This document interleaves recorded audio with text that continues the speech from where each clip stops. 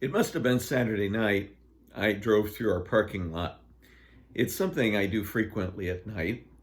First, I just love to drive through and see what the ECC is looking like, what kind of presence it's bringing to the campus, what the campus feels like at night.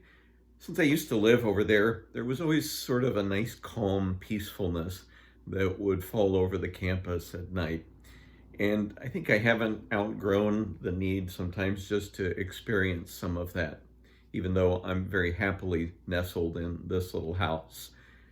But I drove through on Saturday night and just parked and put my bright lights on the ECC and just was amazed and enjoyed the image and the feel that that building now brings to the campus as it connects to the church and establishes a nice architectural theme there and creates such a great space for our school. I didn't notice till Sunday afternoon that I paid a price for driving through the parking lot. There is a big nail in my tire on the front right. Fortunately, I have a tire pressure monitor that tells me what the pressure is in each tire and which tire is guilty of being low. So I went up to Quick Trip to air it up, and fortunately, the tire had turned just right that as I looked at it, there it was, the nail head right on the top of the tire. I could see clearly the culprit.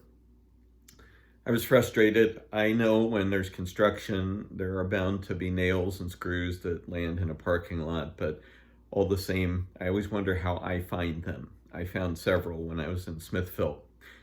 So I went up to Quick Trip and waited in line to air up my tire. Fortunately, I got it aired up.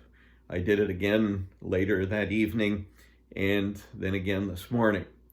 And before I went to air it up this morning, I did some research on, first of all, places that could repair it. And I couldn't get an appointment until tomorrow, which is going to happen, thankfully. But I also decided I'm so tired of waiting in line for air at a gas station.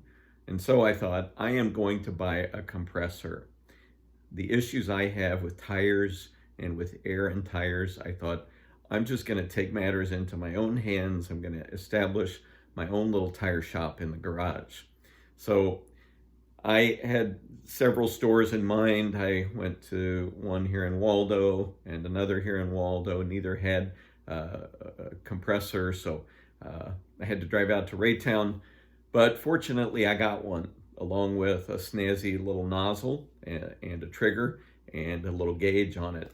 So from here on out, I should be set when it comes to tire pressure. My car tells me if one is low, which one it is, and how low it is. And now I have a super duper compressor with a snazzy little nozzle and a gauge on it. So I should never have problems with tire pressure again. Uh, those are bold words for somebody who has quite the history of car trouble, but hopefully I've resolved it. I got home and was a little frustrated having to go from one place to another, but I thought, you know what, these are not problems.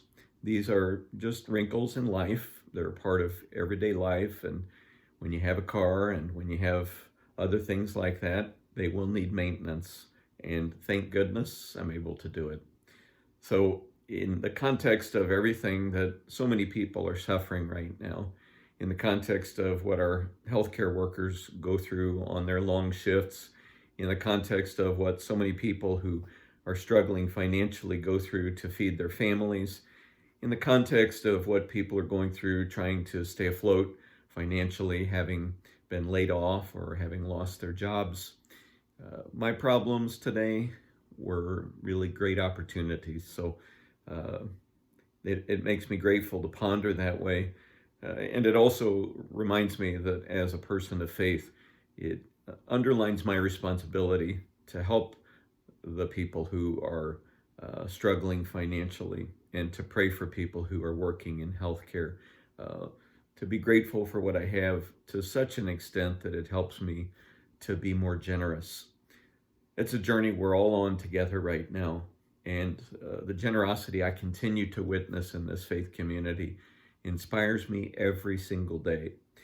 It's not unusual that people would bring food to the food pantry, but just today I was over there and two people came in quick succession and brought a lot and some very significant food for the food pantry.